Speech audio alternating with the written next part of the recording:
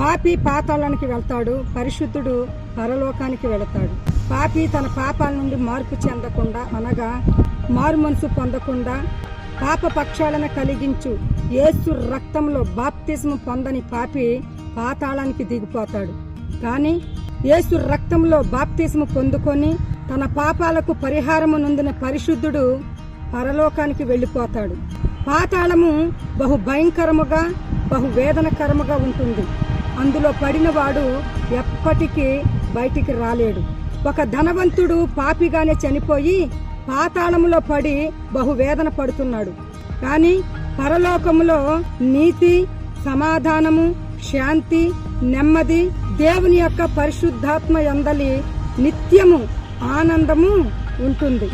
లాజరు అనే ఒక వ్యక్తి పరిశుద్ధునిగా మార్చబడి చనిపోయి పరలోకంలో ఉన్న అబ్రహాము రొమ్మున ఆనుకొని నెమ్మది పొందుతున్నాడు.